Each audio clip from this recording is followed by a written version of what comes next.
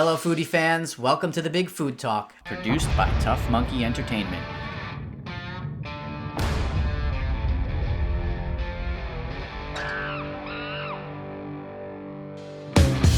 I'm your host, Sal Conca. This show supports restaurants, chefs, and food pioneers with your help. Head to bigfoodtalk.com to make your donation today, or check out our fun apparel line with proceeds going directly to participating restaurants. Special thanks to the Long Island Food Council, Dine LI Facebook group, and Yelp Long Island for supporting this episode. Today, I'm speaking with Alex, the owner of Athenian Greek Taverna in Commack, New York. Alex is half Italian and half Greek, so his passion for food is no mystery. We talk about our memories of food growing up and how food can break all barriers. His feelings about food are akin to that of the great Anthony Boudain. Let's hear Alex's story.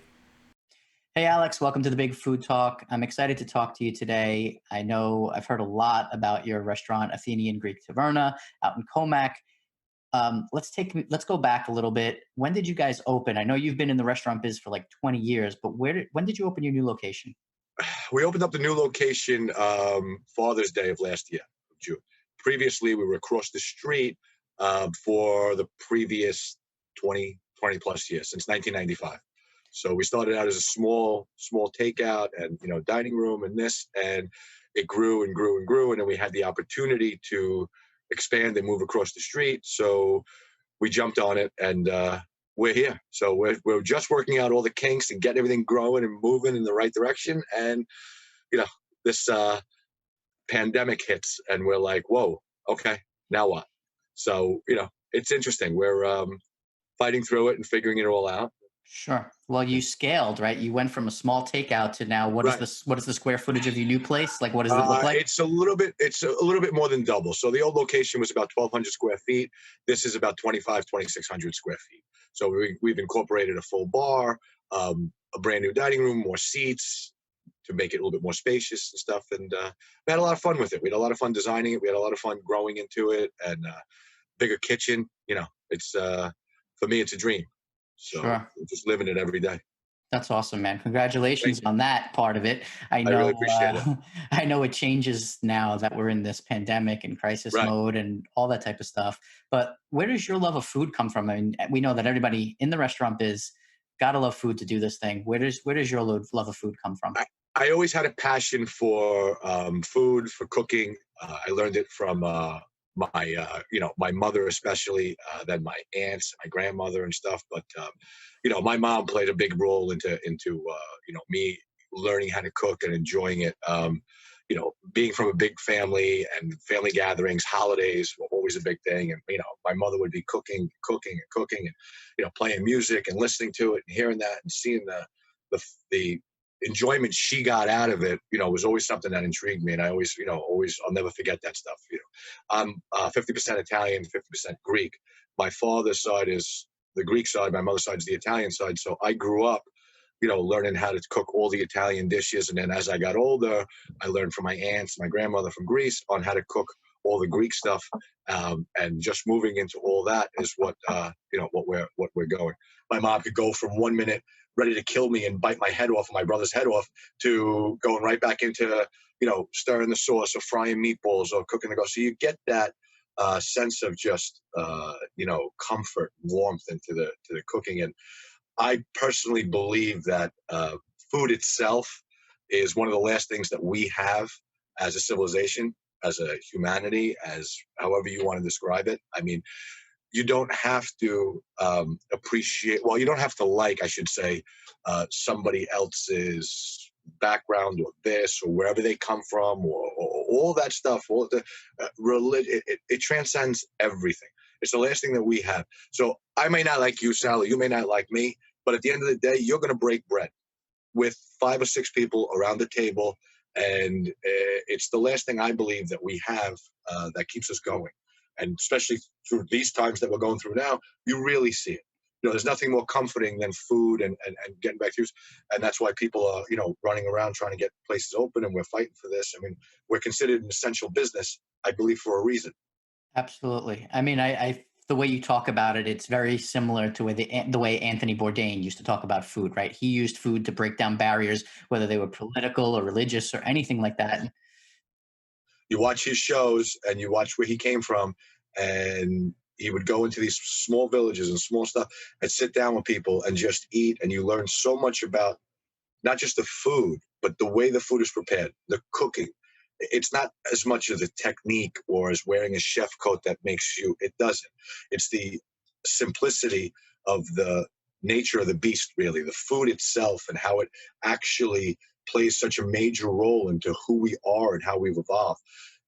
Starting this business 30 years ago, Greek food was, yes, known, but not as popular, obviously, as Italian or even Chinese or other cuisines. It took a long time to build that up and build the reputation up. People would come to me and go, especially when I started catering, people would come to me and go, we love your food. We want to do a party, but my aunt so and so, she doesn't know anything from Greek food. They're plain eaters. They're this, they're that. And I would go, listen, do you eat Italian food? I go, of course we eat Italian food. I said, the difference between Italian cuisine and Greek cuisine is the difference between finding a meal in New York and New Jersey. I go, if you leave New York and you could eat in Jersey without blinking an eye, there's really no difference. You're not going to get your sauces, your pastas, your heavy dishes like that unless you're up in the north of Italy. But when you're down by the boot, you're getting fish and vegetables, maybe a piece of protein, maybe a lamb and stuff like that. But you're living off the land of just fresh, good ingredients, good olive oil, fresh vegetables, simple seasonings. And they go, oh, it makes sense. It's all geography. It's all geographical, everything that we do. So a gyro is no different than a taco. It's just a different format. It's just a different way of eating. It's just different, different strokes for different folks, basically. It's where you're coming from and what you're doing. The acidities and things that you're using are the only thing that really changes. But the actual food. Every culture has similarities in what they make. I remember I saw an episode once. There was they had dumplings from around the world. So if you think every culture has some sort of stuffed Some sort of dough, that stuff, though. Absolutely. right? Whether it's Right. empanadas, pierogies, raviolis, dumplings. Yes, absolutely. And it's just using what you have in front of you to make what you're comfortable with, and that's what it is. And that's again what Bourdain did, which was a beautiful thing, was he took it one step past the food. He went to the person, he went to the families, he went to the people, he went and sat down and ate communal style, or he ate in big gathering halls and stuff, and he didn't care. He was just laid back and he just did his thing, and people liked that aspect because you whether you know the cuisine or you know the food, you can still relate to the people sitting there and breaking bread, and that's really what it comes down to. It's one of the last things we have as a humanity. I agree. And so for people that maybe aren't as familiar with Greek food, maybe they think it's only a gyro or a gyro, depending on how you pronounce it. Talk to me. Tell me what makes Greek food authentic? What are the flavors of Greek food that really make an authentic It's meal? very simple. It's a very antiquated, simple, healthy cuisine. It brings you back to the roots. The staples, the ingredients are basically good olive oil, fresh lemon, uh, good oregano, salt, pepper. 90% of my dishes. So I'll use that marinade of olive oil, lemon juice, oregano, salt, and pepper for a piece of protein, for vegetables, for stuff. And again, they focus a lot more on the fish is big in the cuisine. Octopus is tremendous. Staple dishes, Greek dishes, spinach pie, and things like that are very popular. Uh, the cuisine itself, to do some of the more traditional dishes to get back, they're delicious, but a lot of them are um, all day affairs. It's a love affair when you cook a stew, a pot roast, a meal. And it's tough to put that on a dish in today's generation because people want stuff quick and fast and they're on the go, and it's also not as appealing. You know, you can have some of these dishes that are pot roast that would blow your mind. I mean, it's delicious. Like, you just go, wow, that is so friggin' good. But when you try to describe it on a menu, it's hard. People go, pot roast, I don't know, so that. But when you actually taste it, you go, whoa, that's good. That's a good time right there. So This is the type Right. of like comfort food that people look for. And I don't know if you're familiar with like David Chang. Like he's got that show Yes. Ugly Delicious, right? Right, right, And right, right, right. that's the beauty of like these things like these are not beautifully plated dishes, Right. but these are Absolutely. roots in peasant food Yes. and things that are comforting to the people Yes. Well of said. that those Peasant food. Exactly. geographical Mhm. areas, you Yes. know. Yeah. Yeah. And it's taking a lot of like, the Greek cuisine now has become very popular. There's a lot of Greek influenced chefs. There's a lot of Greek restaurants, especially in Manhattan, that are there, and they're able to bring those dishes and put them back on the menu, which are great uh, on all aspects: the food, the cuisine, and from the back end of it, things that are not necessarily expensive. They're not the top cut of meat, but when you cook it, you braise it, you get that same quality, that same flavor, that tenderness, the softness in the meal at a much higher profit rate as a restaurant. It's just a matter of getting them on the menu and getting them out to the people for them to try. But yeah, Absolutely. Well, we yeah. know, there's probably so many popular dishes. I'm curious, I always ask the chef, like, what is your favorite meal? What do you like to cook? I'll be honest. Every Friday in the restaurant, we roast the whole lamb. That's as traditional as you can get. I mean, we roast it. I fight with this thing every Friday to tie it up, put it on, get it on there. Um, there's nothing better than that. I mean, when it's roasting over the open flame for 5, 6, 7 hours, and you just slice a couple of pieces off and some good bread and a good piece of feta cheese and a glass of wine and a nice salad. I mean, it's just simple. Other than that, I mean, any piece of fish, the octopus, make beautiful grilled salmon, something, and it's just simple. There's no craziness to it. I'm not splitting an atom here. I'm trying to give you what I remember and put it on a plate and send it out where you go, well, that's got flavor, that's got taste, and it's good.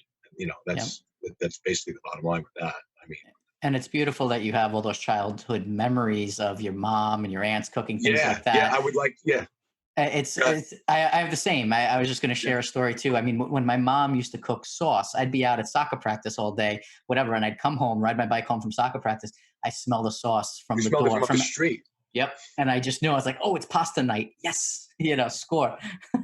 Yeah, no, I So mean that's it. And those are the things, the traditions that you grew up with, and those are there's traditions that you have, there's memories that you have, and then there's other memories that you can feel still, and cooking ones are definitely ones that are near and dear to me, where I'll hear a song and I can think of my mom just frying meatballs, and I can hear the meat hit the frying pan, and I could feel the temperature outside. It's like one of those cool fall days, and the sliding doors open, and she's there, and she's cooking, and you just smell, and you're like, you could still smell it. You could still just go, wow, I could remember that. That puts me right back into that spot.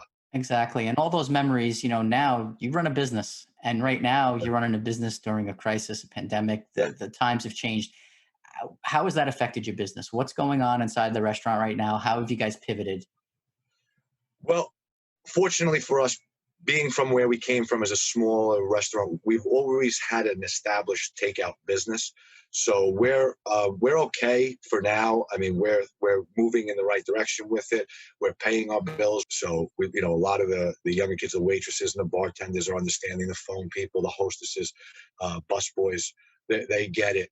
But for us, we've kept the same menu. We're rolling out every dish that we have already, and we're doing it just on a different level right now. We're moving things around. We're people in the kitchen. We're doing a job and a half as opposed to a single job. So it gets a little tedious, gets a little hectic, and a lot of the business that's coming in falls between that dinner hour of 5:30 to 7:30, and it can get chaotic. There's no joke. It's a different thing. It's a different mentality of going into every day's work. But listen, I was taught a long time ago that you're on the dance floor, you got to dance. So we got to figure this out. So I may not know how to dance, I may not know the song, but I'm out there. I got to figure it out. So we do. Exactly. I mean, with your skill set and being in the business for this long, you develop a skill set of problem solving at the end of the day, Yes, yes, right? And so, you were explaining to me earlier, like when people are ordering a meal, if they came to the restaurant, they'd be getting a first course, an appetizer, an entree, and then a dessert. Now you're packing all of that. You sit there and you go through it, and you're packing everything, and you're trying to be delicate with it, and you're trying to figure out exactly the right timing of everything so everything goes out. If you have an appetizer of, say, eggplant that we do, and it's also going with a piece of fish and two sandwiches and everything at the same time, it's a matter of timing now that we're feeling out amongst myself and my line guys to say, hey, okay, don't start that just yet because this is still going to take another 10 minutes. We'll get that, and it becomes chaotic because this isn't Taco Bell or McDonald's or Burger King where you're going up to a drive-through and you're in a line of cars 35, 40 deep, and you just get to the window, place your order, and you get it. We're dealing with all 40 or all 50 all at the same time coming in and placing that order or calling up. So it gets frustrating at times because you want to please everybody and you also want to keep everybody safe, hold with the social distancing, keeping my staff safe, stuff. So it's just, again, like you said, it's problem solving. It's being able to do it on the fly and go, hey, this has to be changed, or we have to fix this aspect of it. We'll try to do better tomorrow. And that's it. Absolutely. And I think it's important for people listening to this, if they whether they're eating at your restaurant or somewhere else, that you guys are short staffed. You guys are in a whole new world, and to be patient. I mean, I know for me personally, when I've been calling around, I mean, it's at least they tell me hour wait times. This isn't picking up Chinese food in 20 minutes now. Yeah. That's another aspect of it because people are going, well, wait, it's just two sandwiches. Before any of this happened, they used to bang out two sandwiches in 10, 15 minutes. I get it. Believe me, I get it. But I also banged out two sandwiches along with 7 other guys in the kitchen and, had the space or the time where people were dining in-house or they were having a drink at the bar or they were doing something where, you gave you that flexibility. Now it's just, wham, bam, thank you, man. I want that food. Let's go. Come on. So you're trying, but listen, there's a lot more worse problems to have than these, Sure. than these right now. So. Exactly. Well, listen, I could tell we've spoken a few times before this and just, around the business and things like that. And I can tell, listen, you're a hard worker, you're a smart guy, you're a problem solver. You guys are going to come through this. I know there's a lot of restaurants in your community, though, like you're in Commack, they're struggling. How can you help them? What advice do you have for them? How do people help My them? advice is first and foremost, listen, we all got to fight together through this, and we all have to figure out a way to get us all back on our feet. I'm one of the fortunate restaurants that was able to still stay open through all this. My staff is healthy. We're all healthy. We're doing this every day.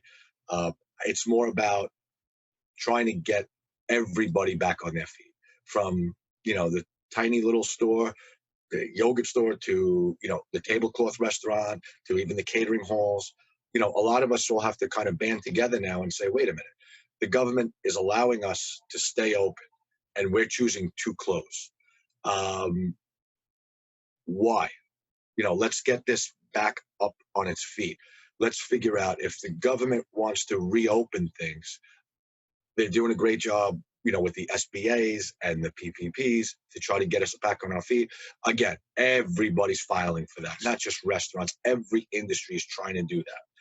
So you want to reopen things, you want to get things going.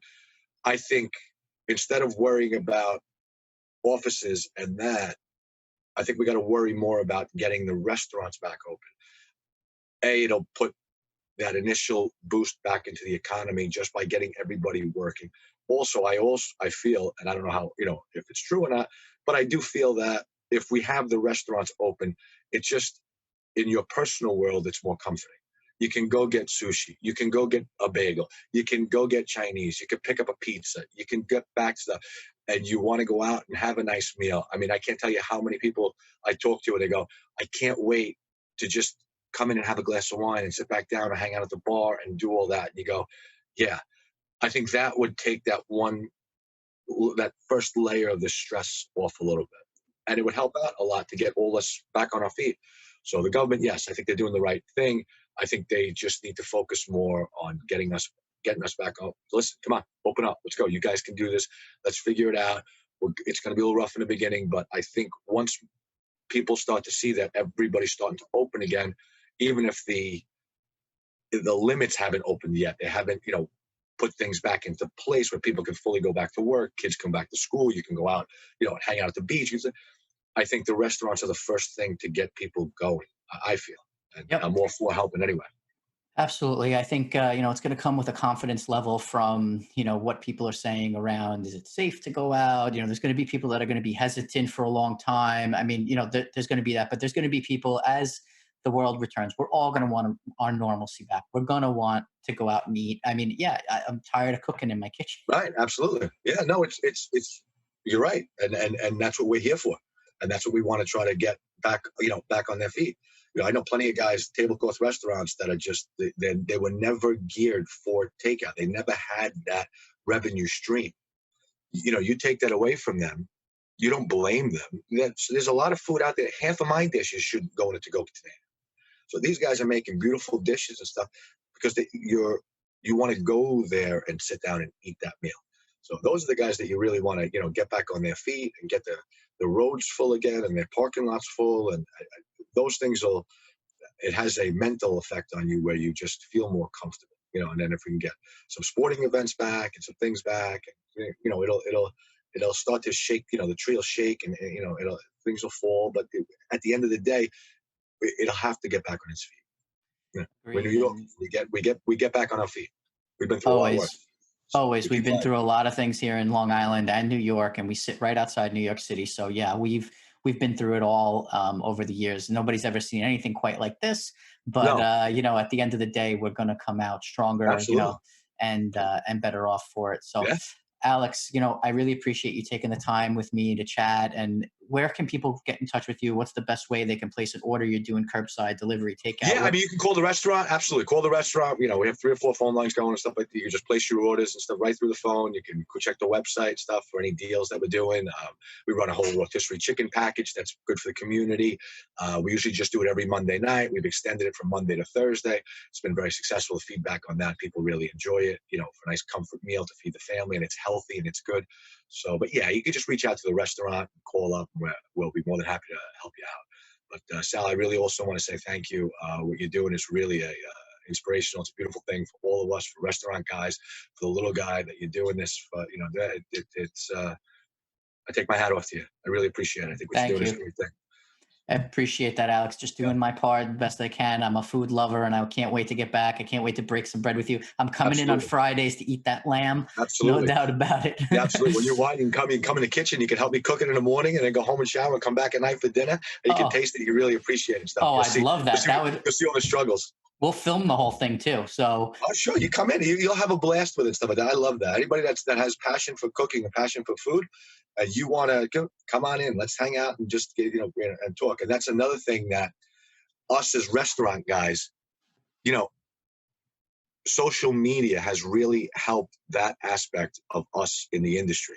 For years, you would hear about, oh, that restaurant or that, you don't know the guy. You just like, and it's that. Now, because of Instagram and Facebook and all the other outlets, I'll look at the Instagram feed and, oh, this restaurant follows me. Oh, that's interesting. If I'm in that area, you know what? I'll go check out that restaurant and hang out. I don't say anything. And then at the end of the meal, I go, hey, who does the social media? Oh, it's Joe, he's the owner. Yeah, I know. Why? Well, because I own, Athenian and Commack, and you guys follow me, and I thought it was really cool. Oh my God. Then you meet Joe or whoever it is, and you find out that this guy is just like you. He's doing yeah, the same things that we're doing. It's not a jealousy amongst restaurants, but I can't tell you how many restaurant guys I've met that you can hit it off immediately with because you have so much in common with. You're going through the same things. Who doesn't see their family? Who's working like an animal? Who can't stand this? What customers breaking chops? What staff guy doesn't want to come? All that stuff. And you go, wow, you just can tell war stories all day long. You don't even get tired of it. yeah. So yeah, I mean, it's social media has really done that justice for us as restaurant guys to go, hey, you know what? He's not a bad guy. He's actually just like me. Come on, hang out, come for dinner. Well, you come by me, and that's nice. And we all have that hospitality in us. So There you it's go. nice. There's the It's word. There's the word. yeah, Hospitality for a right. reason, right? Yeah, absolutely. Awesome, Alex. Well, have a great day. I'm so glad Thanks, we Al. got to You too. chat, and I'll Yeah, talk to it you was real awesome. soon. Anytime you do anything, just reach out and let me know. And please, when this is come in and hang out and stuff, and let me know, and we'll have a good time. Thanks for tuning in to the Big Food Talk, produced by Tough Monkey Entertainment. Subscribe on iTunes and wherever you listen to podcasts. Follow us on Instagram for behind-the-scenes takes, or watch complete episodes on YouTube. Don't forget to make a donation at bigfoodtalk.com.